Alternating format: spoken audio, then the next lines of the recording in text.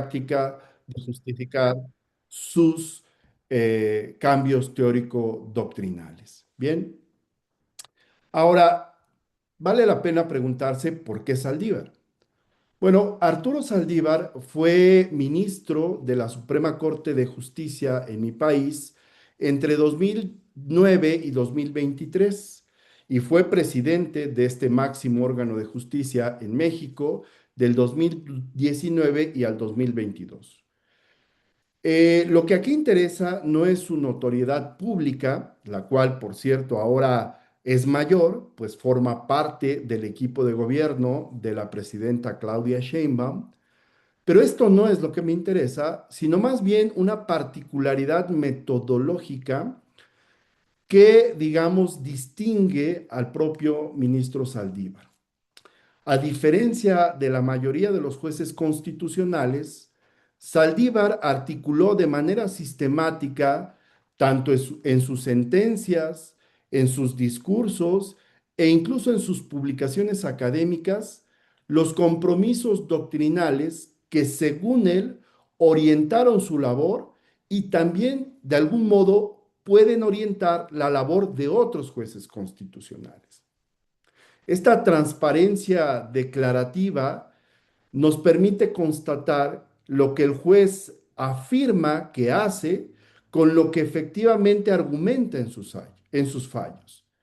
Y cuando hacemos un contraste entre lo que dice que hace y lo que realmente hace, desde mi punto de vista, podemos encontrar alguna tensión y esto es de algún modo lo que me va a servir para discutir en este paper. Saldívar, concretamente, transitó por tres paradigmas del constitucionalismo latinoamericano. Primero, por el neoconstitucionalismo, después por el constitucionalismo transformador y finalmente por una forma de constitucionalismo dialógico que incluso algunos catalogaron como constitucionalismo popular. Cada uno de estos enfoques está presente en los textos que voy a analizar. Lo que no está presente, y esto es lo interesante, es que en ningún momento de los cambios que se advierten en esos fallos está una justificación del por qué ocurre ese cambio. De ahí las dos preguntas que formulo y que detonan el análisis del artículo del paper que estoy comentando.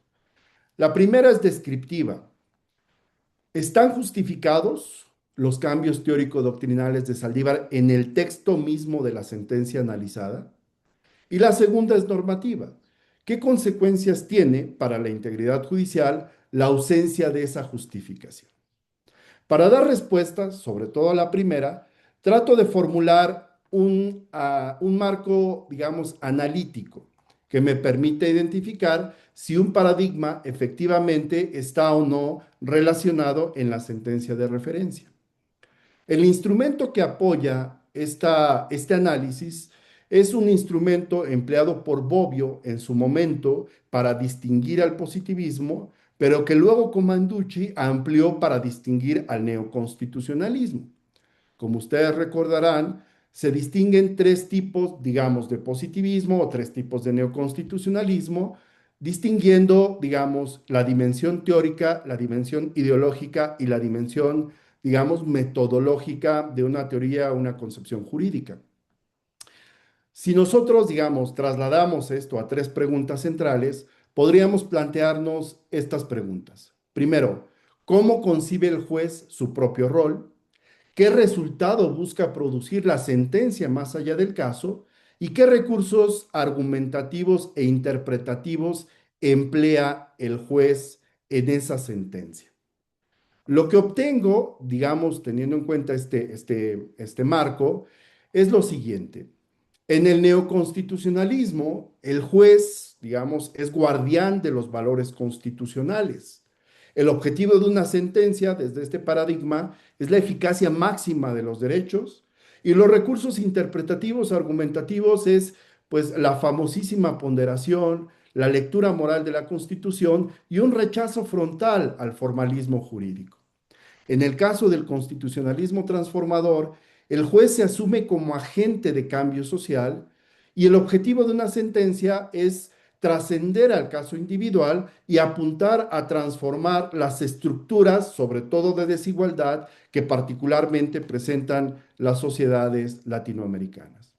Los recursos argumentativos, interpretativos que ocupa este paradigma, entre otros, son pues, la apelación al derecho internacional de los derechos humanos, la interpretación orientada a obtener resultados de transformación social. Para el caso del constitucionalismo dialógico, el juez aquí se asume como promotor de la deliberación pública. El objetivo de una sentencia es fortalecer los mecanismos democráticos sin monopolizar la última palabra. Los recursos son propiamente el lenguaje de la democracia deliberativa, por ejemplo, la democracia participativa y particularmente la distinción entre la función jurisdiccional y la función político-constitucional que debe asumir el juez en estos casos. Quiero hacer una advertencia sobre estos indicadores. Estos no son, digamos, en las sentencias mutuamente excluyentes. Un juez puede claramente emplear uno u otro paradigma en un caso de referencia u otro caso. Pero más allá de esto, lo que me interesa analíticamente es, digamos, preguntarnos si el juez emplea uno de estos paradigmas como marco dominante en un caso de referencia. Y si ese marco cambia entre casos sin que el cambio esté argumentado entre casos, que eso es lo que voy a hacer a continuación. Para ello, voy a ocuparme de tres casos muy importantes, muy paradigmáticos para la justicia constitucional mexicana. El primer caso es el caso de la guardería ABC, que es un caso muy trágico, porque en julio del 2009, en un incendio ocurrido en una guardería infantil, llamada así Guardería ABC, en el estado de Sonora, en la ciudad de Hermosillo, al norte de México, este incendio causó la muerte de 49 menores y provocó lesiones a más de 105 infantes.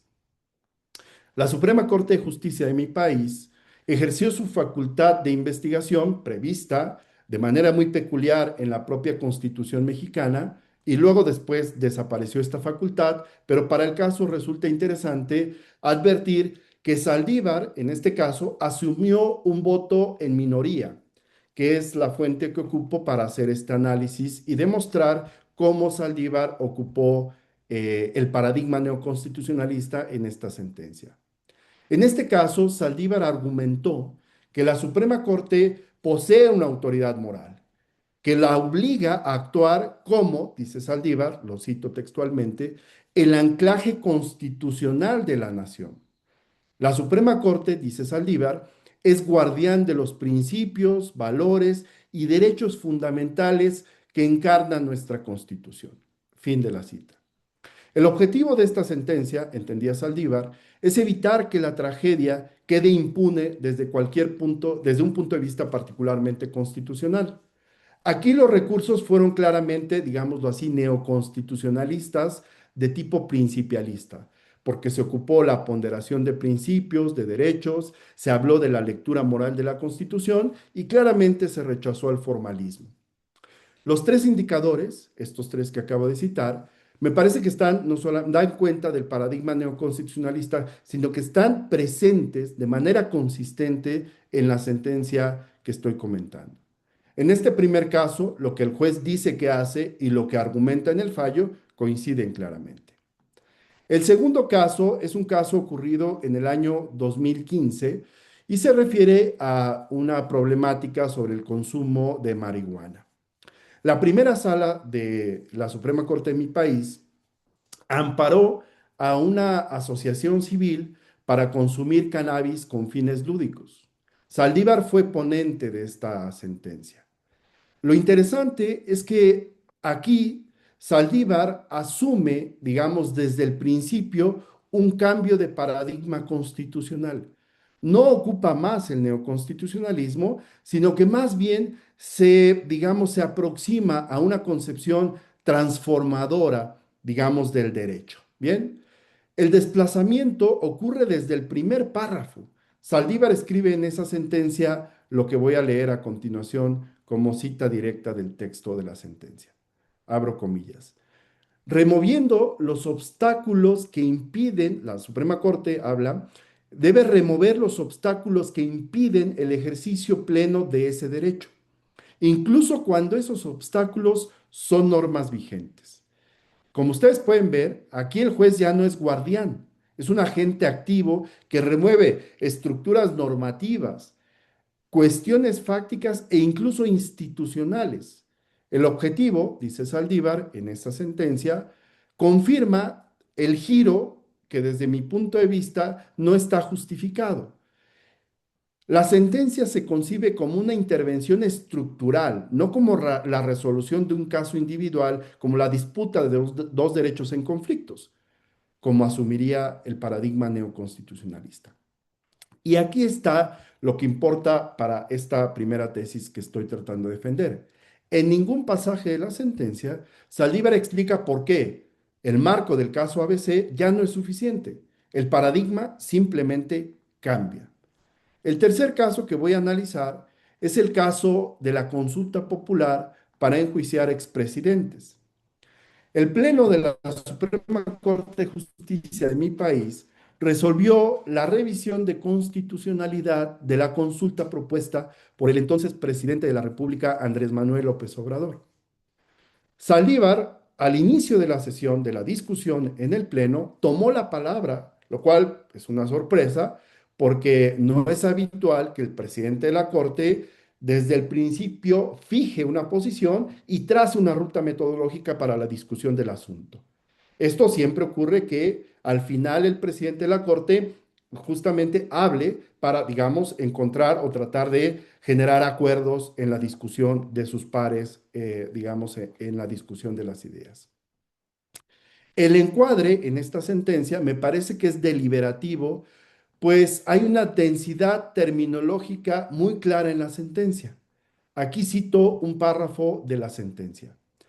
Esta, dice la sentencia, no es una función jurisdiccional la que debe hacer la Suprema Corte. Es una atribución atípica para un tribunal constitucional en la medida en que la consulta popular es un instrumento de democracia y como tal de naturaleza política. Dice la sentencia, nuestro rol en este escenario no es solo el de juzgar una pregunta, sino dar alcances expansivos a la posibilidad de la consulta. Digamos, terminología muy propia o muy cercana a la democracia deliberativa se ocupa en esta sentencia. Frases como democracia participativa, deliberación colectiva, ciudadanía y representación dialógica como iguales, ¿no? El guiño a Gargarella es muy claro. Ese vocabulario aparece en el texto del fallo, no solo en declaraciones extrajudiciales hechas por el ministro Saldívar. Y como en el caso anterior, o como en los casos anteriores, en ningún pasaje Saldívar explica por qué el marco transformador ya no es adecuado. El cambio ocurre y la justificación nunca aparece. ¿Qué síntesis o qué conclusión parcial podríamos obtener en este momento? Bueno, hay claramente dos patrones y una ausencia. El primer patrón es que hay una coherencia interna de cada fallo.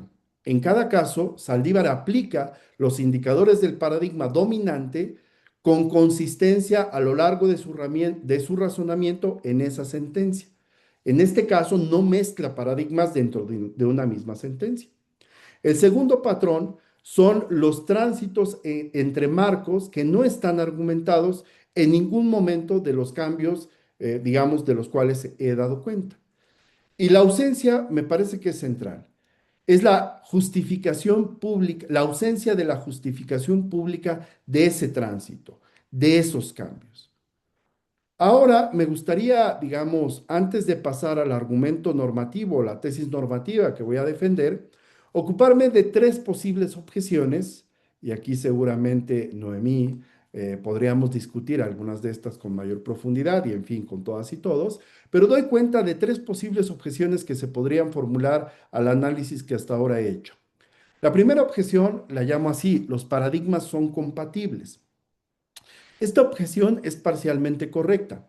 Los tres paradigmas, digamos, no son rivales incompatibles. comparten compromisos básicos y diferentes casos pueden invocar legítimamente diferentes marcos.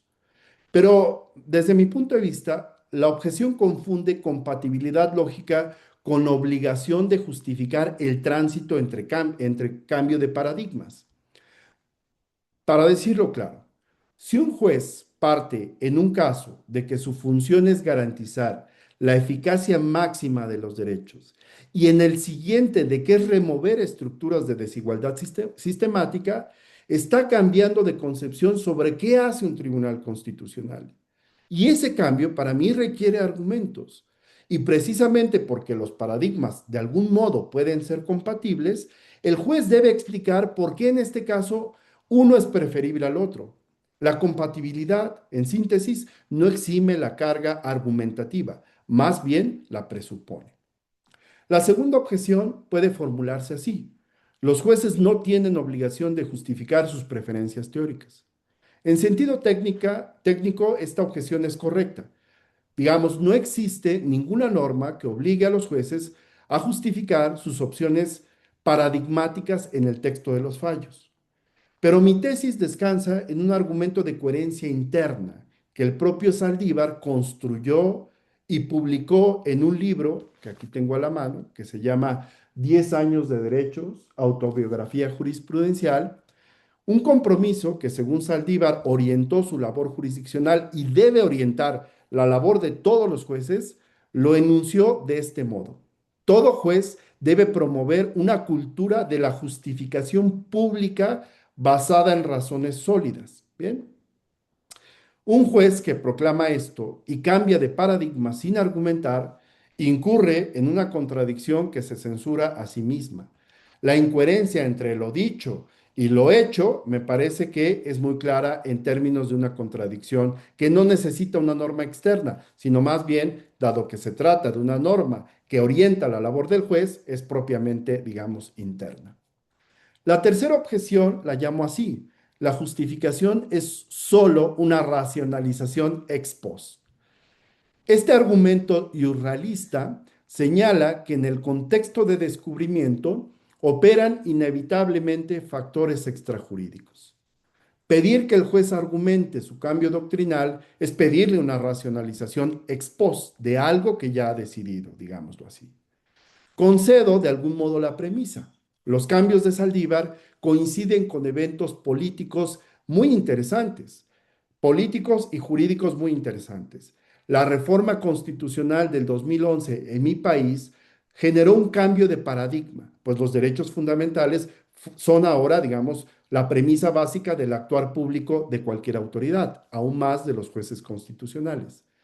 Y la llegada al poder político del presidente Andrés Manuel López Obrador en el año 2018, sin duda reconfiguró no solamente el escenario político público en mi país, sino incluso jurídico en las esferas de la justicia constitucional.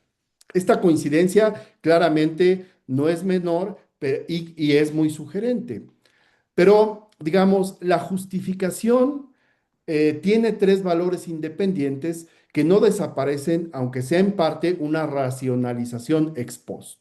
Es decir, la labor de Saldívar al justificar estos cambios puede tener estos tres valores. Un valor epistémico, porque obliga a formular razones que sean evaluables. Un valor democrático, porque hace visible el marco normativo que la ciudadanía puede criticar y evaluar. Y un valor sistémico, porque establece un estándar público de la evaluación de estas razones que un juez debe pronunciar. Ahora, si me ocupo, como he pretendido, del análisis, digamos, de la tesis normativa, esta quiero enfocarla hacia la integridad judicial. ¿Pero qué entiendo por integridad judicial? Aquí me acompaño del profesor Jorge Malem, quien entiende que la coherencia es, son los compromisos normativos que un juez declara y la práctica que desarrolla en relación con esos compromisos. La integridad, hay que decirlo, no es solo una virtud privada, es una condición de rendición de cuentas, de accountability pública de la función judicial. El caso Saldívar ilustra la violación de esa condición. Al cambiar de paradigmas sin argumentar ese cambio, incumple la expectativa que él mismo creó. La contradicción no es entre su práctica y una norma externa, es entre su práctica y sus propios compromisos declarados. Y me parece que hay una implicación que trasciende el caso particular de Saldívar. Si nosotros consideramos que los paradigmas constitucionales no son herramientas técnicas neutrales, incorporan claramente compromisos políticos e ideológicos sobre el papel de los jueces en la democracia, adaptarlos y cambiarlos, me parece, son decisiones con consecuencias institucionales muy relevantes. Por eso no pueden quedar sin justificación argumentada. Y ahora me aproximo a las conclusiones de esta charla.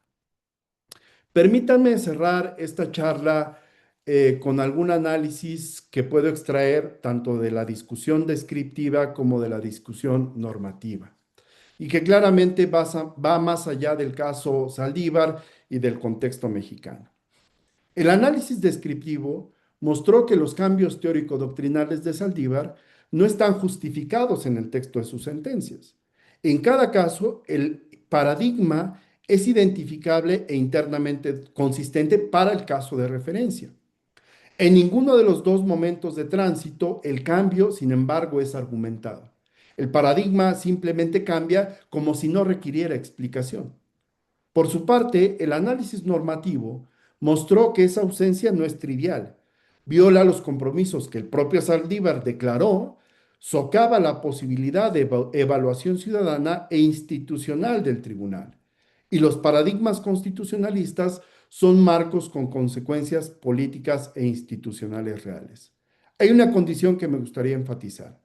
Los jueces constitucionales deben ser evaluados no solo por la calidad argumentativa de sus sentencias, también por la coherencia entre sus compromisos teóricos declarados y su práctica adjudicativa efectiva. Esa evaluación no exime que los jueces sean filósofos del derecho, exige algo más modesto y más exigente a la vez, que cuando un juez cambia de marco, desde el que razona, lo diga, explique por qué y ofrezca razones que puedan ser discutidas. Esa es la condición mínima de una cultura de justificación que merezca ese nombre.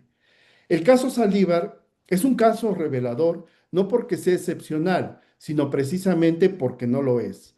Lo que Saldívar hizo de manera visible, cambiar de paradigma sin argumentarlo, es lo que muchos jueces hacen de manera invisible. Y es un problema que creo la teoría y filosofía del derecho tiene la obligación con rigor de analizar. Muchas gracias.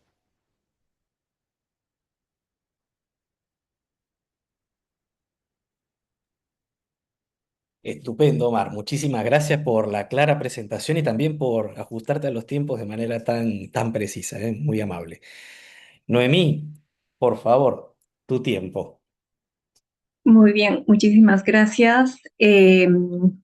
Quizás sea mejor por términos de la facilidad compartir también los comentarios que he planteado, que los he organizado en función de algunos extractos del artículo. Entonces, voy a pasar a compartir. Sí, adelante. Listo. Muy bien. En total, bueno, en realidad, en primer lugar, le agradezco enormemente a Omar por el artículo que me ha permitido revisar. Plantea un enfoque muy interesante en perspectiva crítica en relación con la actividad jurisdiccional, concretamente en el ámbito constitucional. Y por eso su propuesta, como hemos podido visualizar, eh, es bastante clara en relación con la cuestión normativa, ¿no? Cómo deberían comportarse los jueces en relación con el deber de coherencia performativa entre lo que declaran en relación con sus doctrinas constitucionales y lo que realizan en la práctica interpretativa a la hora de resolver los casos, ¿no? Entonces, luego de analizar las tesis y también la metodología aplicada, me han surgido bastantes dudas, pero las he tratado de organizar con la finalidad de concretar un poco mejor el diálogo de hoy. Y las he dividido en tres grandes partes, aunque conforme voy a ir presentando, en realidad son 7 comentarios. Por supuesto, no pretendo que el profesor me responda a todos, pero quizás alguno puede destacar en especial por el límite de tiempo, ¿no? Las tres grandes partes que decían que voy a dividir mi comentario, una primera tiene que ver con una cuestión de duda más bien teórica sobre el acercamiento a la crítica de la coherencia performativa de un juez. La segunda tiene que ver más, ahora sí, con un diálogo sobre la metodología aplicada, no solamente en relación con las preguntas que ilustran la investigación, sino también a la hora de aplicar los indicadores y luego mostrarlos ellos al caso, a los casos concretos, ¿no? Y finalmente, la tercera parte tiene que ver ahora sí con una crítica sobre la tesis principal o la conclusión principal del artículo, la cual sí me gustaría dialogar con especial relevancia. Sobre lo primero, me parece bastante interesante que se haya utilizado como, digamos, patrón de análisis la coherencia en torno a las llamadas doctrinas constitucionalistas, ¿no? Sin embargo, mi duda más teórica antes del fondo del artículo tiene que ver con por qué trabajar con doctrinas constitucionalistas que, por supuesto, afectan la forma como razona el juez en una sentencia, pero no necesariamente la afectan en la decisión de fondo. De hecho, el propio artículo muestra que debido a que las doctrinas constitucionalistas muestran puntos compatibles entre ellas, no siempre mantener una doctrina o cambiarla por la otra nos va a llevar a una consecuencia sobre el fondo del caso. Y me refiero a esto no solamente por los efectos que generen las partes, sino también por los efectos que genera una sentencia de una Corte Constitucional a grandes rasgos en un país, ¿no? Es decir, si no hay afectación en esa decisión de fondo, entonces, ¿por qué sería relevante utilizar como patrón comparativo doctrinas constitucionalistas que son compatibles entre sí? Por ejemplo, ¿no? Algo que sí impacta sobre el fondo de una decisión y que influye en la interpretación de un juez constitucional es, en algunas investigaciones, las ideologías políticas detrás, justamente porque la Constitución, en muchos casos complejos, requiere interpretaciones políticas y eso va a dirimir el fondo del asunto. Entonces tenemos jueces constitucionalistas que tienden más a un liberalismo de mercado, a un igualitarismo liberal, a un socialismo, etcétera, y eso sí tiene un impacto sobre la forma en que se toma la decisión de fondo, ¿no? Entonces mi duda sería, ¿por qué resaltar el carácter de las doctrinas constitucionalistas en lugar de hacer una comparación sobre la coherencia en relación con la ideología política del juez? Ahora sí, sobre el segundo momento de mi comentario, sobre la parte metodológica. En primer lugar, sobre las dos preguntas que orientan la investigación, ¿no? Se señalan en un momento que son preguntas, por un lado, de carácter descriptivo, si están justificados los cambios, ¿no? En las decisiones de Saldívar, y por otro lado, normativo, ¿qué consecuencias tendría en la integridad judicial? Ahí mi pregunta sería, ¿no estaríamos hablando más bien de tipos de preguntas distintos? De hecho, casi al revés, porque si nosotros preguntamos, ¿están justificados los cambios normativos doctrinales? Parece que antes hay que responder si debieran estar, ¿no? Entonces es un patrón de control de la argumentación quizás, y entonces ahí me parece que es una pregunta más de corte normativo en general. Y más bien la segunda pregunta me parece más de corte descriptivo o empírico, porque lo que hay que ver es si en la práctica se observa que tiene un impacto en la integridad judicial. De repente no necesariamente o de repente podría parecer, pero si yo me pregunto qué consecuencias tiene, entonces esperaría, digamos, ver ese impacto, ¿no? Sobre la metodología para demostrar la tesis de la no justificación, ¿no? La investigación señala que va a utilizar una serie de indicadores analíticos en torno a diferentes preguntas, ¿no? Vinculadas con el rol del juez, vinculadas con el resultado de una sentencia y vinculadas con las herramientas interpretativas. Sin embargo, en otro lado también de la investigación se señala que el objetivo no es reconstruir exhaustivamente la argumentación de cada sentencia. Y ahí mi pregunta sería, ¿por qué no? ¿No? De repente reconstruirla sí permitiría enriquecer un poco más algunas afirmaciones de carácter objetivo, es decir, como por ejemplo, no se justificó el cambio o qué tipo de herramientas se están utilizando, ¿no? Por ejemplo, si uno de mis indicadores va a ser sobre los recursos argumentativos del juez, y en uno de los casos se señaló que el juez pondera principios, ¿no? Esto no necesariamente lo lleva a ser un juez neoconstitucionalista, porque en realidad la ponderación de principios es una técnica constitucional en general, y para que sea neoconstitucionalista se requeriría más cosas. Entonces, de repente, dentro de un caso, sí se va a requerir elegir cuál es la herramienta o la estrategia argumentativa principal, cuáles son las secundarias, si se distinguió adecuadamente la norma constitucional, para poder calificar a un caso como neoconstitucionalista o constitucionalismo transformador, etc. En segundo lugar, sobre la metodología también, ahora sí, sobre el análisis del fondo de los casos, ¿no? Por ejemplo, en el caso 1, eso es lo que mencionaba. Hay algunas, quizás, afirmaciones que no necesariamente quedan claras sobre la clasificación que se está planteando. Por ejemplo, ¿no? En el caso 1 se señala que el juez no muestra el paradigma neoconstitucionalista porque parece que trasciende o busca que se trascienda en la aplicación literal de la ley, ¿no? Sin embargo, nuevamente aquí yo diría, sí, pero en términos generales la interpretación constitucional obliga al juez a hacer eso sin la necesidad de optar por alguna doctrina, ¿no? El hecho de que exista la Constitución va a generar una interpretación teleológica, obligatoria de la ley, o coherente con la Constitución, entonces que nos saca de la interpretación literal, ¿no? Así también en el caso primero del incendio de la guardería, ¿no?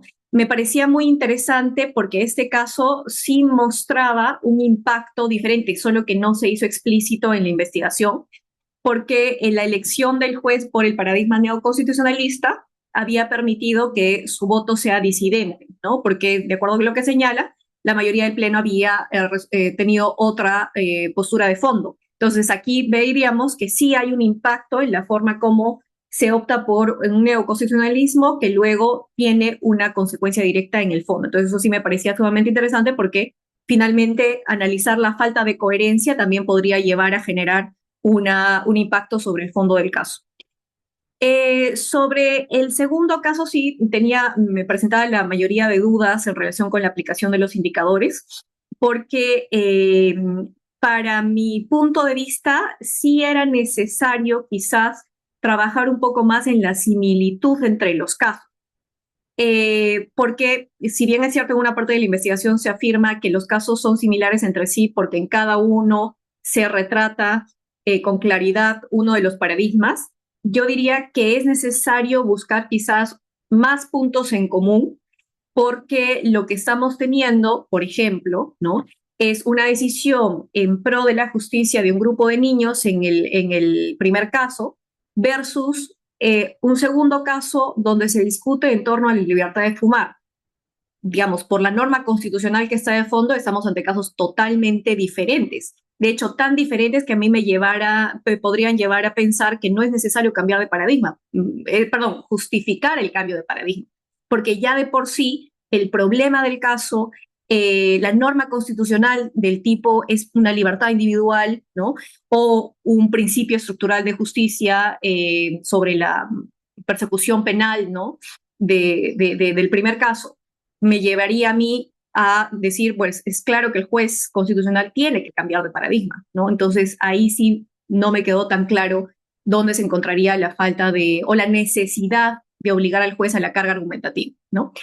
Y justo la tercera parte y última de mi comentario, que tiene que ver con la conclusión principal, tenía la duda sobre la obligación de la carga argumentativa en este caso, ¿no? Porque estoy completamente de acuerdo con que a mayor explicitación de la justificación, ¿no?, de los jueces, más aún si son de altas cortes, esto va a ser más óptimo para la ciudadanía y en lo que el profesor Omar denomina accountability judicial, ¿no? Sin embargo, ¿no? Por más de que los jueces sean los actores jurídicos con o una obligación máxima de argumentar, no significa que lo tengan que argumentar todo, ¿no? De hecho, en el propio artículo se reconoce, ¿no? Y eso está relacionado justamente con la primera objeción. Eh, Al no estar obligados a justificarlo todo, ¿no? Entonces, más bien la carga de la prueba tendría que ser de quien critica la falta de coherencia, ¿no? Entonces, ahí mi pregunta sería, en ese caso, ¿por qué estarían obligados a justificar? Y esto lo pregunto en diálogo con la primera cuestión que la investigación plantea cuando nos dice cuáles son las consecuencias eh, de una falta de justificación del cambio de paradigma.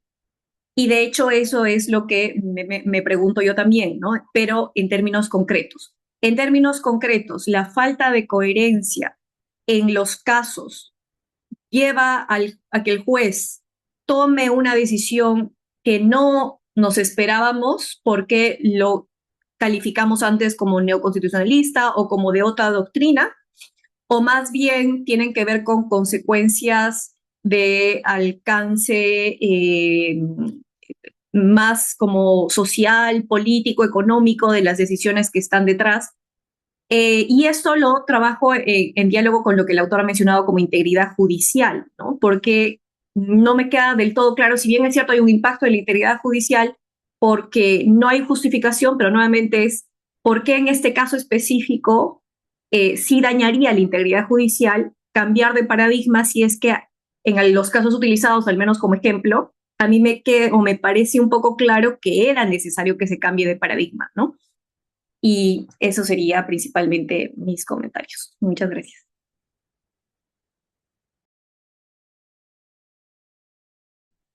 Muchísimas gracias, Noemí, sobre todo también por la claridad, la precisión y el ajuste al tiempo.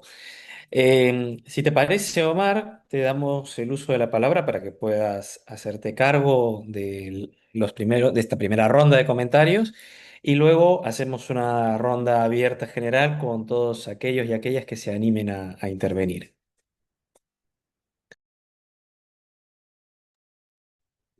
Muchas gracias, querido Víctor, gracias y especialmente gracias a Noemí. Evidentemente, pues se trata de un análisis muy puntual y crítico, que es lo que, digamos, también agradezco mucho de los comentarios de Noemí. Muchas gracias por dedicar el tiempo y sobre todo también debo decir que por lo prematuro con lo que analizó Noemí el texto, lo cual hace pues doblemente valioso el esfuerzo y los comentarios que me ha hecho, ¿no? Yo efectivamente muchas, digamos, de estas cuestiones, digamos, las comparto y podría de algún modo conceder algunas de ellas. Digamos, hay tres o cuatro cuestiones sobre las que me gustaría, digamos, enfatizar. En específico, claro, a mí también se me ha cuestionado, digamos, por qué estos casos, ¿no? ¿Y por qué no otros? De hecho, Saldívar en este libro que tengo aquí, el ministro Saldívar documenta 50 sentencias que él proyectó y en las cuales discutió y según él definen su autobiografía jurisprudencial, ¿no? O sea, su concepción del derecho y de la justicia, según él, están plasmadas en estas 50 sentencias. ¿Y por qué yo elijo tres casos o tres sentencias, ¿no? Esta es una cuestión muy interesante que yo, digamos, tendría, digamos, razones tanto, digamos, explicativas como justificativas, ¿no? Digamos, una razón explicativa de algunas de ellas es porque, digamos, marcaron la trayectoria de Saldívar a lo largo de los casi 15 años que estuvo como ministro de la Corte. También estas sentencias no solamente fueron, digamos, trascendentales en la justicia constitucional mexicana, digamos, marcaron de algún modo ciertos paradigmas jurisprudenciales, marcaron digamos, en este sentido de precedente, alguna línea jurisprudencial, y otras también porque se trataban, digamos, de sentencias coyunturales a momentos políticos, públicos, sociopolíticos muy interesantes, ¿no? Pero lo que a mí me interesa, digamos, destacar de estas sentencias es, digamos, justamente el reflejar que en ellas hay una carga argumentativa, digamos, por apropiarse del paradigma y hacerlo patente en esta sentencia, ¿de acuerdo? O sea, no es que yo, digamos, puedo tener, y esto un poco lo digo en el trabajo, ¿no? Claro, habría un marco que también podría ser útil, digamos, analizar tal sentencia con ese marco. Pero claro, lo interesante es por qué, digamos, se desdobla con tanto énfasis estos paradigmas en estas sentencias y en estos momentos, ¿no? Habría que entender un poco, digamos, lo digo también en el paper, hay, digamos, otro paper relacionados, dos papers relacionados a este tercer trabajo, en donde soy, digamos, explico con mayor, digamos, y con otras pretensiones editoriales y de discusión, cuáles fueron, digamos, estos momentos coyunturales, estas razones explicativas que doy y estas razones justificativas. Digamos, el marco del paper que presento, digamos, contiene elementos, pues, analíticos, digamos, sintéticos. No podría, digamos, desarrollar en extenso estos otros argumentos, pero aquí más o menos lo expongo, ¿no? Estas son, digamos, un poco las razones del por qué elijo estos casos, ¿no? Es cierto lo que dice Noemí, es verdad que, digamos, de algún modo los paradigmas, los paradigmas constitucionalistas, de algún modo podrían solaparse, ¿no? Y esta es un poco la cuestión de fondo que discute Noemí y que le agradezco mucho, ¿no? Claro, un marco te permite analizar de uno u de otra manera este caso y derivar consecuencias también de este caso. Pero, digamos, más allá de estos marcos, y también podríamos, y yo le tomo un poco la palabra a Noemí, ¿qué pasaría si los analizamos no solamente de estos marcos, digamos, de teoría constitucional, sino más bien de teoría de filosofía política en general? Y a mí me parece que podríamos derivar otras consecuencias de esta, a la vista de estos casos, podríamos incluso obtener otro tipo de conclusiones. Esto es cierto. Pero el marco que a mí me interesa es de, digamos, desde este punto de teoría constitucional o de filosofía constitucional, porque claramente también están implicadas ciertos proyectos, ciertas visiones, ciertas concepciones de los propios teóricos constitucionalistas, ¿no? Al final del paper declaro que habría una línea de investigación muy interesante que sugiere analizar por qué también los teóricos constitucionalistas, digamos, muestran, ¿no? Como influencers de ciertos paradigmas, se muestran como, digamos, en vitrinas, en escaparates, para que puedan ser elegidos. Y a mí me parece que esto también resulta muy interesante, no solamente para el papel de análisis crítico hacia la labor adjudicativa, sino también el de la producción académica, lo cual me parece sumamente interesante. Y habría que analizar si esto cambia de algún modo u otro, sobre lo cual estoy muy de acuerdo, ¿no?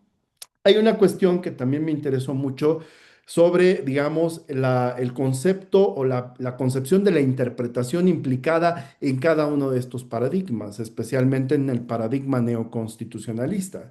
Digamos, claramente, digamos, en el paradigma neoconstitucionalista, en su versión principialista, hay claramente una visión, y Saldívar lo dice así, una visión de ir en contra incluso de la ley, digamos, de este segundo orden normativo y preferir siempre y en todos los casos el orden constitucional. Y a mí me parece que esto no solamente es riesgoso, digamos, porque genera incertidumbre, inseguridad y todas estas críticas que se le ha hecho a el paradigma neoconstitucionalista, y por eso a mí me parece que es muy importante revisar lo que la sentencia dice y lo que el propio ministro dice que hizo para confirmar que efectivamente, para que no se trate de un argumento circular, digámoslo así. Saldívar es neoconstitucionalista porque dice que es neoconstitucionalista y su sentencia es neoconstitucionalista y la sentencia es neoconstitucionalista porque Saldívar dijo que es neoconstitucionalista. Me parece que el argumento es circular y la única forma de quitarlo es tener un marco metateórico que nos permite identificar si efectivamente lo declarado y lo afirmado en la sentencia se corresponde o no con lo que se está, digamos, plasmando en la sentencia. Quiero también, por último, referirme a la crítica que yo creo que es muy potente, la crítica de Noemí en el sentido de cuál es el impacto que tiene, digamos, este análisis en la integridad judicial y particularmente en la coherencia y en la idea de previsibilidad, digamos, judicial que pudieran tener o no los jueces constitucionales cuando asumen un marco u otro. Y esa es justamente la cuestión que a mí me parece interesante discutir. Digamos, cómo efectivamente, particularmente lo que tengo en Saldívar es, digamos, un insumo muy enriquecedor, muy útil, porque él mismo se declara partidario de una cultura de la justificación. Bien.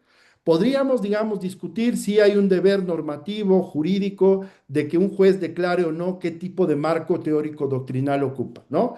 Pero aquí es el propio Saldívar el que se pone, digamos, la soga en el dedo, la soga en el cuello para decir, yo estoy siempre, digamos, motivado, interesado en que se publiquen las razones y cuando uno va y consulta su labor adjudicativa, resulta que no. Y entonces para mí eso, digamos, muestra que efectivamente hay un patrón que él mismo no sigue y una consecuencia clara que afecta su integridad judicial. Aquí la pregunta es, ¿y otros casos podrían ser iguales a Saldívar?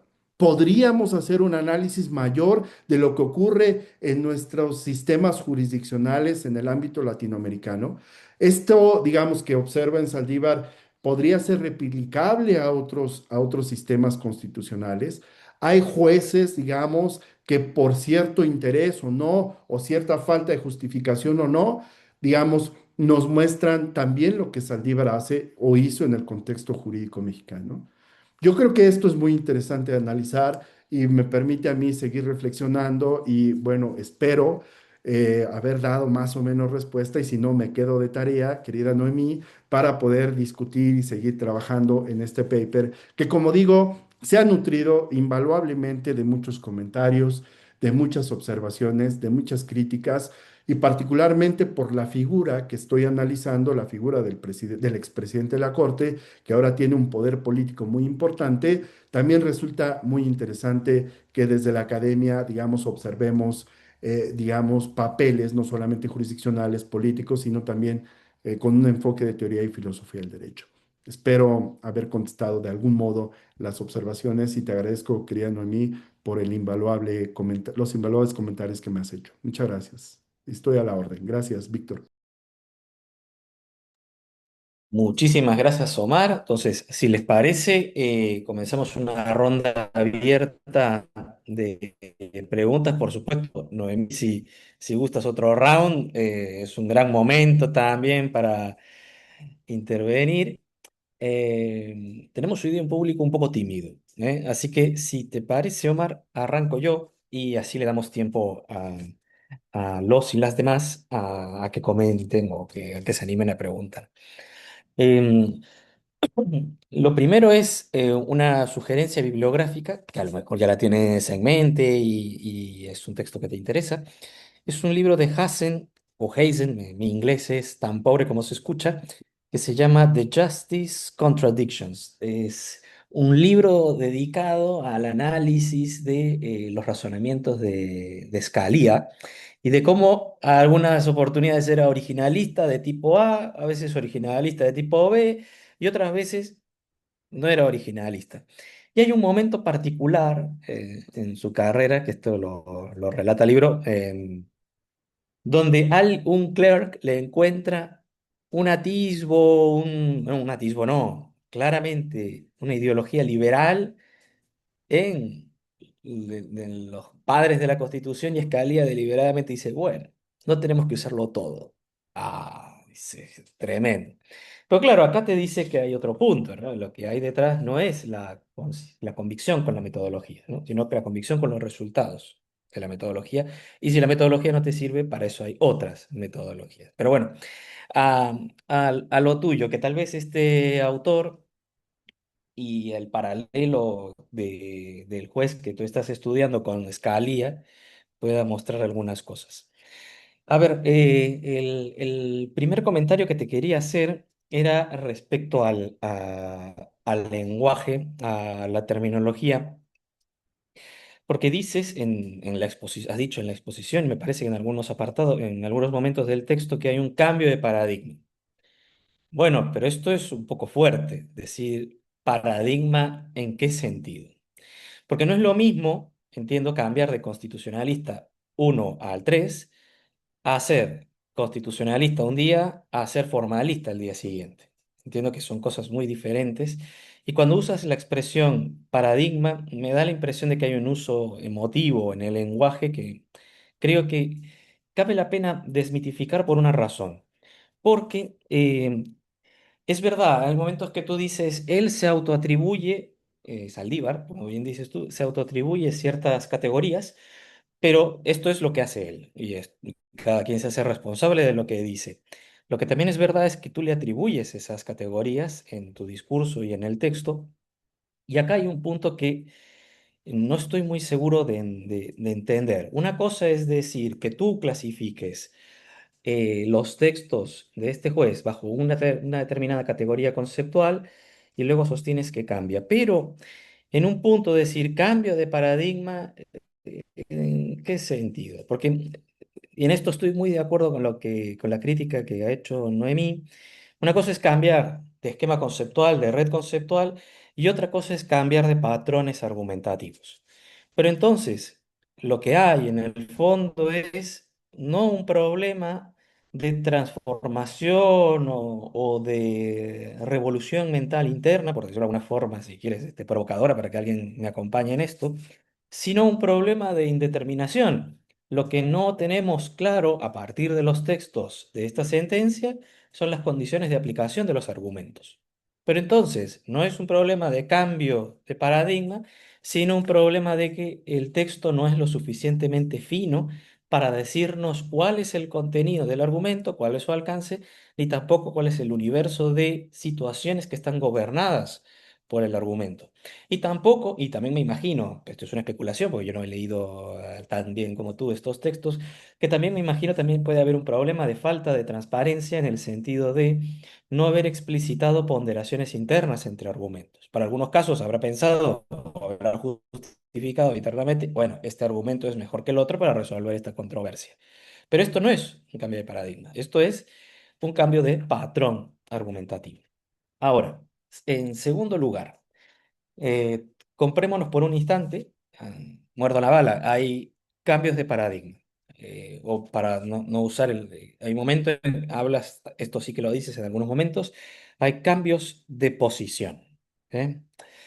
Pero claro, en un punto es que creo que sí que me gustaría saber qué piensas, qué implica decir que hay un cambio de opinión, qué quiere decir esta expresión. ¿A qué me refiero? Entre dos nociones, puedes, evidentemente, voy a decir una trivialidad, puedes construir un universo riquísimo de tipos de relaciones, de formas de combinar un conjunto con la otra, pero decir un cambio de oposición, entendiendo de que hay una relación de antagonismo entre ambas, todavía es muy diferente, es decir, mucho. Es decir, a ver, acá le tomé una foto a tu presentación, decir que hay un cambio de posición entre neoconstitucionalismo y constitucionalismo dialógico, asumiendo o qué es lo que he entendido, si me dices si te he entendido mal, asumiendo de que ser uno supone una diferencia con el otro. Acá hay un punto importante. Entonces, ¿qué quiere decir que son diferentes o antagónicos? Y hay distintas relaciones. Por decir una, la que creo que sería la más robusta, la que es un cambio de paradigma, una cosa tiene una propiedad y y la otra no la tiene. ¿No? No. Una es uno o lo otro, una relación de contradicción. Para ser uno hay que negar lo otro.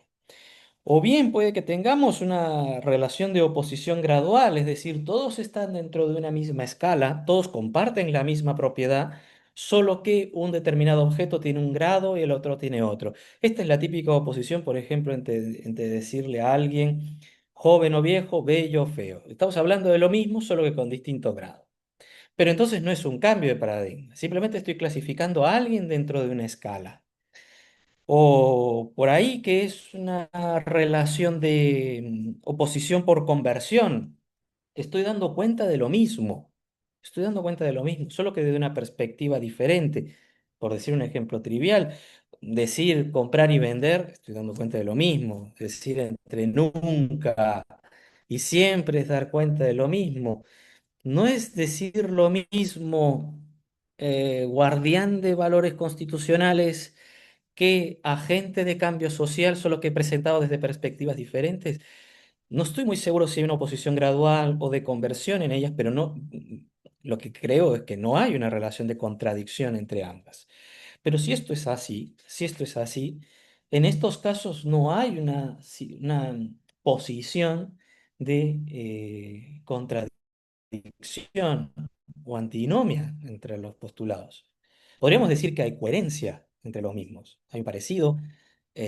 No quiero andar demasiado ahí porque si nos metemos en qué es la noción de coherencia, probablemente la conferencia cambie de temática y nos vayamos por 3 horas más. Pero sospecho que estamos hablando de no de un parecido de familia, sino de relaciones analógicas o directamente graduales.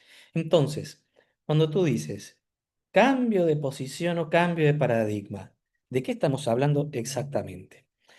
En tercer lugar, em, lo que le pides o lo que tú propones como tesis normativas al juez. A ver, le pides, en extrema síntesis, diría, si te he entendido bien, justifique usted sus movimientos argumentativos. Pero claro, esto, si lo llevamos a la teoría del precedente, lo que en buena cuenta le estás pidiendo, si te he entendido bien, es, bueno, si va usted a hacer un overruling, dígalo y justifíquelo. Si esto es un cambio tan radical, tan brusco, esto es un cambio de overruling, ¿no? Yo a la hora de haber reconstruido la ratio decidendi por ejemplo, el caso uno que mencionabas, y a la hora de reconstruir la ratio decidendi del caso 2 y del caso 3, lo que puedo identificar, si este es un cambio muy brusco, es que entre estas tres ratio decidendis hay un cambio tal que supone normas deducibles distintas y que te llevan a consecuencias jurídicas diferentes. Overruling en un punto. Ha cambiado usted de opinión de tal manera que yo ya no puedo predecir, no puedo anticiparme a las consecuencias jurídicas de mis actos a partir de la lectura de sus sentencias. Pero claro, esto no sería una exigencia a título del individuo. Esto sería una exigencia institucional. Usted, corte, cada vez que haga un overruling, tiene que hacerse cargo de la misma. ¿Esto por qué lo menciono? Entiendo el punto de la exigencia de coherencia que le pides a cualquier persona. Esto no es porque seas juez, esto es cualquier persona que se dedica seriamente al diálogo racional. En eso estamos muy de acuerdo. Pero el hecho de que esta persona ocupe un puesto institucional, entiendo que supone utilizar argumentos de tipo institucionales para considerar que el no ser coherente genera una afectación no solo a un diálogo racional, sino que también supone una afectación a intereses legítimos, intereses legítimos es impreciso, a expectativas jurídicamente protegidas de los demás, de los y las demás. Claro, pero entonces no es el argumento de coherencia el que más nos conmueve, sino es la teoría del precedente la que debería estar aquí presente. No sé cómo lo ves ahí. Y para variar estoy hablando demasiado y estoy seguro que ahora habré motivado a alguien a decir que estoy completamente equivocado, además de ti, querido Amado. Por favor, no te sientas comprometido, por supuesto, en nada, en contestarme de ninguna manera. No, no, gracias, querido Víctor. Yo la verdad es que me siento muy contento porque efectivamente, digamos, también son cosas que, digamos, he pensado, ¿no? Efectivamente, digamos, la idea de cambio de paradigma, pues es analíticamente muy potente, ¿no? No, no, quizás, no sé, el marco que tengas o el que tenemos todas y todos es esta idea cuniana, ¿no? De que hay una revolución científica y que ahora, digamos, todos dejamos, hay una crisis del paradigma y de tal, ¿no? Digamos, no ocupo, no utilizo esta expresión en este sentido muy cuniano, muy fuerte, ¿no? Sino más bien, digamos, como me permite una licencia, ¿no? Discursiva en el sentido de que ocupo, digamos, el cambio de paradigma como efectivamente cambio de modelo, ¿no? De concepción, ¿no? Y esto, pues, de algún modo, digamos, trato de identificar que efectivamente hay una transición, hay un tránsito, digamos, de un modelo a otro modelo explicativo e incluso normativo de una teoría constitucional al uso o a la referencia que le estamos dando, ¿no? Digamos, el marco que utiliza, el modelo teórico constitucional que Saldívar utiliza, claramente es uno en un caso y es otro en otro caso. A esto me refiero con un cambio, digamos, de modelo, ¿no? Para hacerlo, digamos, más preciso, y te agradezco mucho, querido Víctor, de modelo o justamente de herramienta teórica que le permite dar cuenta y que le permite, digamos, de algún modo enfrentar el problema a, en este caso, al juez constitucional, al juez Saldívar. Lo cual yo acepto que es válido y que es bueno que ocurra así. Las teorías existen para algo, los modelos teóricos constitucionales existen para algo, ¿no? Y si esta herramienta teórica metodológica me permite dar respuesta de manera satisfactoria a tal problema, bueno, pues qué bueno que se utilice. Ahora, el asunto y mi insistencia es, ¿y esto por qué no se justifica, no? Porque este cambio de modelo no está justificado. Uno podría decir, porque no es necesario. Y un poco es la discusión y la objeción a la que yo también me enfrento, ¿no? Y es lo que también ya Noemí refería y es un poco lo que tú estás, digamos, en tu otra crítica, estás dando cuenta, ¿no? Y yo creo que a pesar, digamos, de que no se trata, digamos, de un cambio de precedente, ¿no? En el sentido este de modificar la línea jurisprudencial que la Corte asume respecto a tal o cual temática, a mí, digamos, mi preocupación es, digamos, en específica, porque estudio el caso de Saldívar y demuestro que no hay una coherencia entre lo que dice y lo que hace, en lo que escribió como un postulado, como un ideario que debe seguir cualquier juez, por cierto, es muy, digamos, pretencioso porque dice, esto es lo que me ha servido para dar respuesta a tantas sentencias y este es el modo en el que yo he hecho que el cambio, digamos, jurisprudencial, político, jurídico en México se dé a partir de todas estas sentencias. Entonces, claro, si mi modelo es útil y si lo siguen los demás, qué bueno, porque claramente, digamos, se va a transformar no solamente el sistema de justicia mexicano, sino cualquier otro sistema, porque claramente la pretensión optimista normativa de Saldívar me parece que es, en este sentido, pues muy pretenciosa. Pero justamente por eso, justamente por las pretensiones optimistas, pretenciosas de Saldívar, a mí me parece que es censurable, es criticable y es objeto de análisis, ¿no? Es verdad, y yo creo que ahí también coincido contigo, ¿no? Que también se les exige mucho, se les pide mucho a los jueces, pero también creo que mi punto es justamente porque no se trata de una labor simple, no se trata de cualquier, digamos, labor adjudicativa, se trata de la labor más importante de los sistemas de justicia, ¿no? Ahí se resuelven, se deciden proyectos institucionales, proyectos colectivos, proyectos individuales que claramente requieren al menos de un mínimo de justificación, ¿no?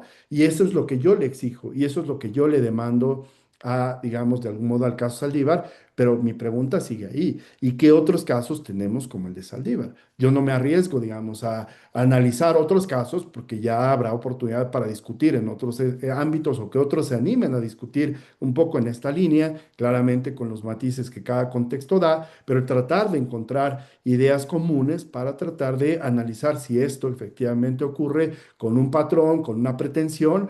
¿O por qué, digamos, preguntarnos por qué está ocurriendo así? En el caso de Saldívar, claramente es un objeto de estudio muy interesante, digamos, además enriquecedor, porque las fuentes son directas, porque la consulta de la información ahí está, y claro, esto nos permite quizás también analizarlo de manera colectiva, ¿no? Te agradezco mucho la recomendación, justamente he tratado de acercarme a estos proyectos de análisis que se hace de figuras relevantes de los, no solamente en Estados Unidos, de los justice, ¿no? que marcan, digamos, épocas, etapas, momentos históricos, ¿no?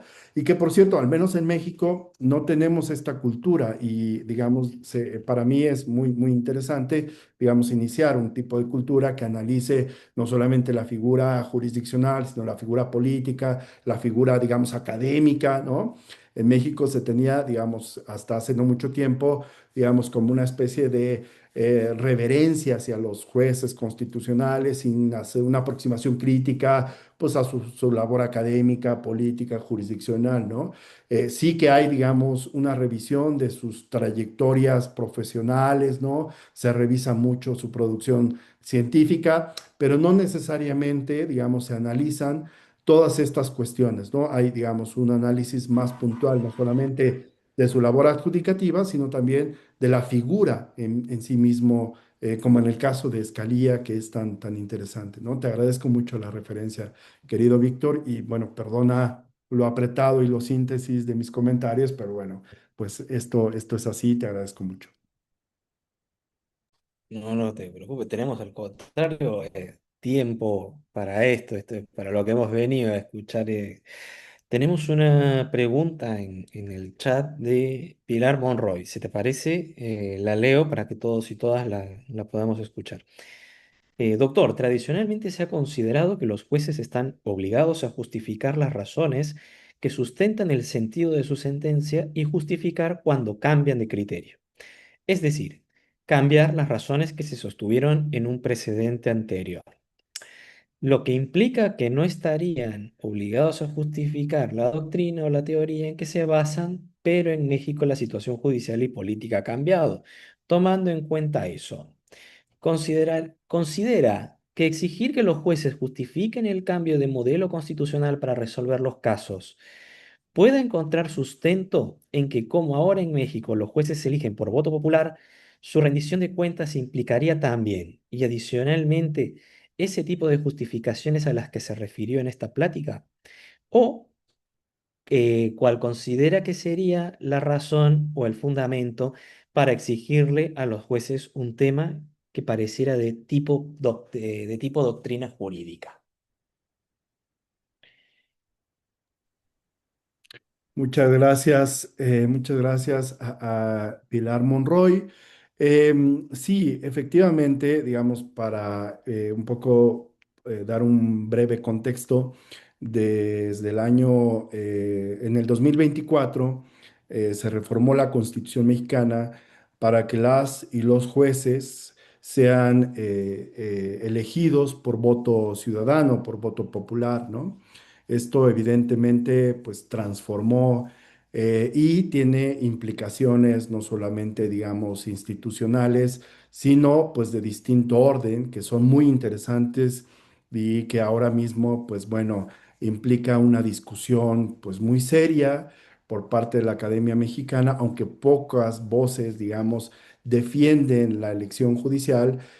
Hay alguno que otro que defiende por algunas razones este modelo de elección de los jueces, ¿no? El año pasado se eligieron estos jueces y ya están en funciones al menos la mitad de estos nuevos jueces electos por voto popular. Y claro, la pregunta a mí me parece que es muy pertinente y es algo de lo cual yo también me he ocupado. Esta idea de la accountability, ¿no? De la rendición de cuentas judicial, se transforma en este nuevo modelo de elección de los jueces, ¿no? Y este modelo de legitimidad de los jueces, ¿no? La idea de la rendición de cuentas, digamos, estaba siempre prevista para, tanto en el anterior sistema de elección como en el nuevo sistema de elección del Poder Judicial en México, estaba, digamos, era una obligación la rendición de cuentas de los jueces. Pero, digamos, era una rendición de cuentas muy, digámoslo así, muy cuantitativa, ¿no? O sea, cuántas sentencias se hizo, cuál es el informe de tal, cuál es el resultado, cuántas, digamos, sentencias se apelaron, en fin, ¿no? Era, digamos, una rendición de cuentas muy numérica, ¿bien? Pero lo que ahora creo, y esto también es una línea que también estoy explorando y que comparte, lo digo en el paper, que comparte esta idea de exigir una mayor transparencia, una mayor rendición de cuentas, porque la propia reforma judicial así lo motivó, así lo previó. Es decir, La reforma judicial fue planteada con un presupuesto. Los jueces son distantes, ¿no? No están próximos a rendir cuentas a la ciudadanía. Y para lograr esto hay que pedirles que tengan una proximidad con la ciudadanía. Digamos, y este cambio, no solamente exigido por la propia reforma, también me parece que a partir de ahora, sobre todo a los jueces que están ya en funciones, también es una propia demanda, es una legítima demanda de la ciudadanía. Es decir, la reforma me dijo que tú, juez, tendrías que rendir cuentas. ¿Y de qué forma lo estamos haciendo? La verdad es que ahora mismo no tenemos una práctica exitosa de accountability en el caso de la justicia mexicana. Yo creo que al contrario, las puertas se cerraron, la transparencia, que puede ser, digamos, en esta metáfora, colocar al juez en una burbuja de cristal, tampoco, digamos, se ha logrado. Al contrario, se está tiñendo la esfera de cristal de un modo opaco que casi no estamos viendo cómo se está rindiendo cuentas en el nuevo sistema de justicia. Hay otra razón, y aprovecho la cuestión para relacionar el paper y otros trabajos que estoy haciendo, ¿no? Y esto, digamos, lo hemos discutido para quienes nos acercamos a la argumentación jurídica, ¿no? Hay, por supuesto, una denegación de justicia y hay un impedimento a la justicia cuando el juez, por supuesto, no rinde cuentas no solamente en términos transparentes, sino en términos accesiblemente argumentativos, ¿no? Es decir, ahí parece que una barrera muy técnica en el lenguaje empleado por los jueces y de este modo, pues claramente ni se cumple la rendición de cuentas, ni el juez se acerca a la ciudadanía como demanda o como exige la reforma judicial, ¿no? Entonces, claramente, digamos, el tema de la rendición de cuentas y el tema de la justificación es, me parece, dos cuestiones que debemos pensar, debemos analizar, sobre todo en el contexto mexicano, y por supuesto pensar de qué modo podemos reconfigurar esta idea de rendición de cuentas ahora que los jueces son elegidos por voto popular. Y para decir un poco lo que estaba discutiendo Noemí, lo que has discutido Víctor y lo que discute ahora Pilar, es que es verdad que en el caso de los jueces, digamos, en México, el sistema de justicia en México, digamos, no hay una obligación de que el juez explique, justifique, razone el marco teórico que está empleando para tal o cual sentencia, que es lo que he discutido, ¿no? Pero, digamos, más allá de esta, digamos, deber externo, ¿no? Este deber de seguir lo que dice una disposición, me parece que en el caso, y perdón por la insistencia, en el caso de Saldívar, es una propia, digamos, norma, una propia convicción, digamos, del propio Saldívar, hacer explícitas sus razones, y lo que demuestra el caso es que no existen estas razones, ¿no? No hay una explicación clara y tampoco una justificación no solamente de el por qué se cambia de modelo constitucional, y esto es lo que estoy tratando de discutir. Le agradezco mucho a Pilar la discusión. Por favor, Noemí, segundo round. Muchas gracias, Víctor. Gracias también por las respuestas, profesor Omar. Me pareció muy interesante en su respuesta este factor que quizá no lo había reconocido con tanta claridad en el artículo, aunque sí se menciona, que es el factor en el uso ideológico de declararse a sí mismo como parte de alguna de estas doctrinas, ¿no? Por supuesto, si un juez se declara frente a la ciudadanía como parte de un constitucionalismo transformador, ¿no? Al parecer, por supuesto, podría tener ciertos vicios ideológicos de carácter populista, ¿no? Y eso tiene un impacto en su despliegue ético, ¿no? Como juez. Entonces, ahí yo sí quizás le repreguntaría o quizá también le podría recomendar. Como usted señala, está vinculado a esta investigación con otras dos, ¿no? Que ha desarrollado, pero si se pretende, digamos, como un artículo independiente, quizás sí yo recomendaría al inicio, ¿no?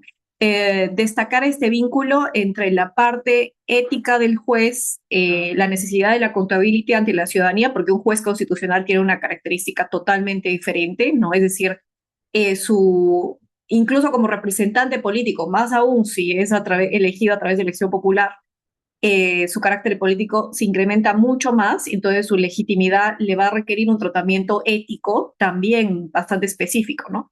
Con lo cual, en ese marco sí me parece bastante interesante reforzar la obligación de justificación. Es decir, no estamos hablando de una carga argumentativa de un juez cualquiera, sino de un juez elegido políticamente y que además va permanentemente a requerir esta legitimidad social, ¿no?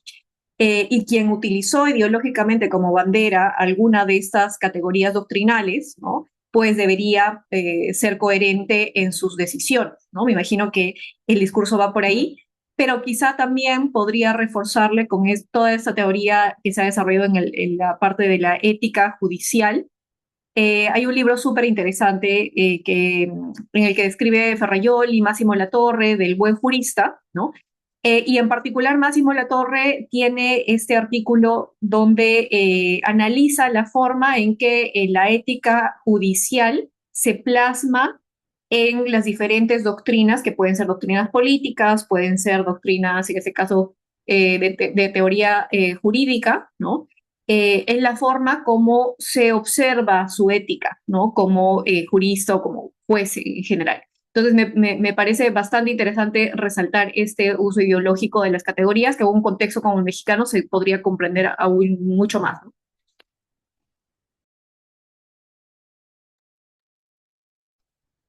Sí, agradezco, querida Noemí, muchas gracias por la sugerencia. Y sí, justamente, digamos, en el otro paper que titulo así, La justicia saldivariana, que es, digamos, un recuento, una crónica, ¿no? Digamos, en términos analíticos, pero en términos un poco de periodismo judicial, digámoslo así, doy cuenta justamente de estos contextos, ¿no? Políticos, sociales que coyunturalmente fueron formando toda una ideología, toda una visión de la justicia, del derecho, una concepción que efectivamente fue, digamos, mutando, fue transformándose, en el caso específico de Saldívar, ¿no?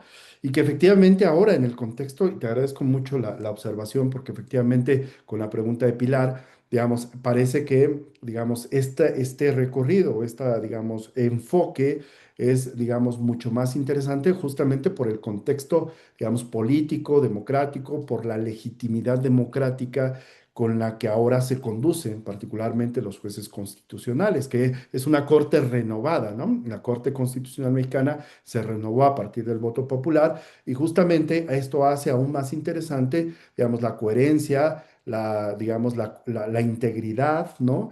Que no solamente jurídica uno esperaría de parte del juez, sino también, digamos, política o democrática que legitima su función justo a partir de esta, digamos, digamos, colocación política que tienen ahora los nuevos jueces constitucionales, ¿no? Entonces, te agradezco mucho, voy a dar cuenta de de esta fuente. Gracias.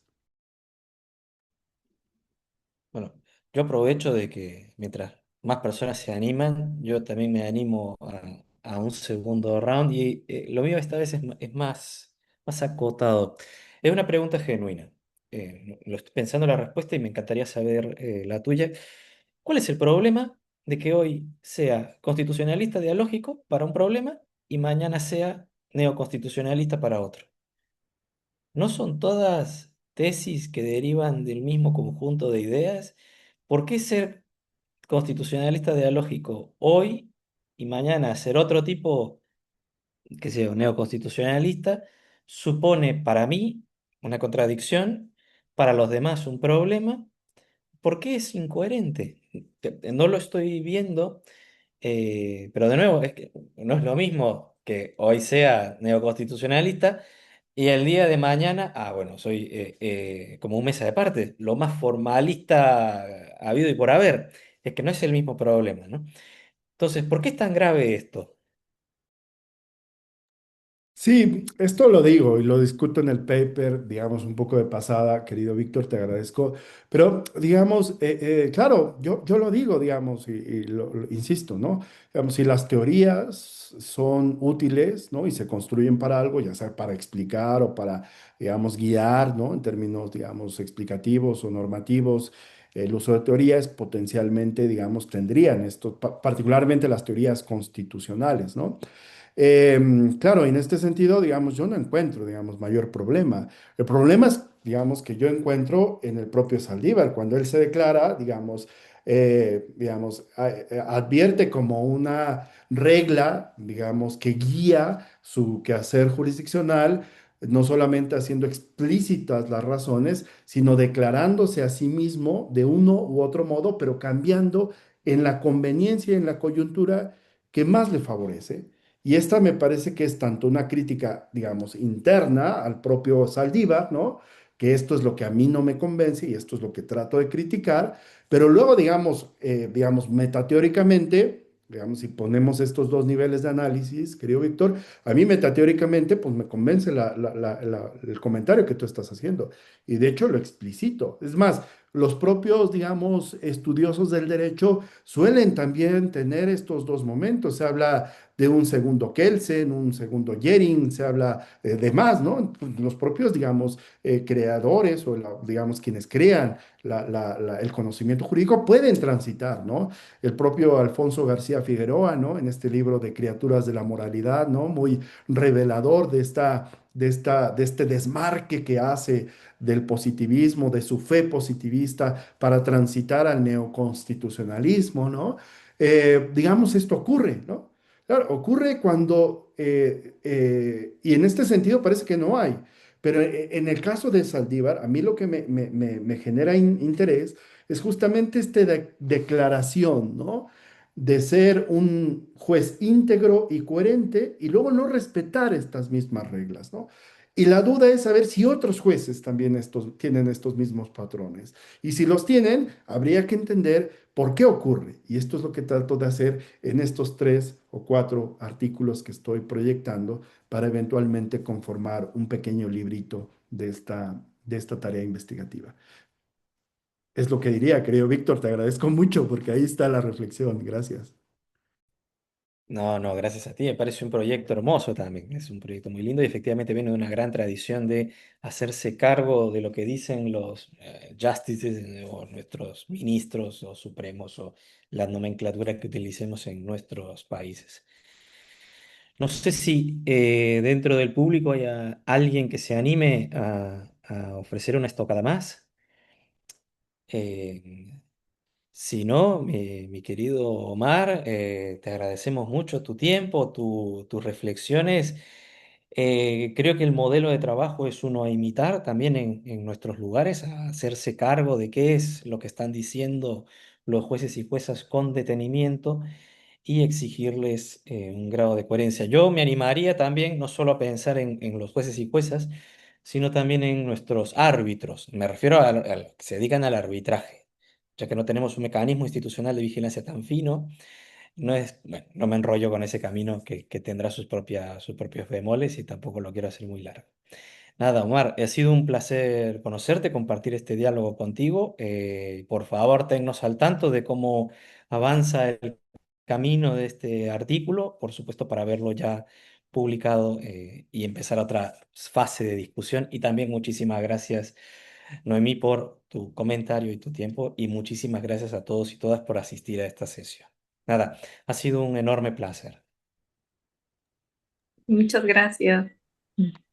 Muchas gracias, querido Víctor. Muchas gracias el proyecto. Felicitarles por este proyecto. Es sumamente interesante reunir a tantas instituciones, a tantas voluntades, ¿no? De manera personal a los que integran este equipo, ¿no? Al profe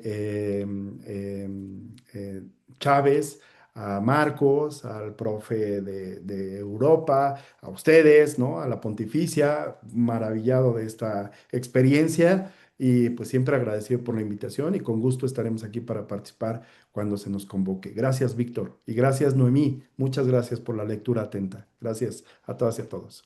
Gracias a todos y todas. Hasta la próxima. Nos vemos.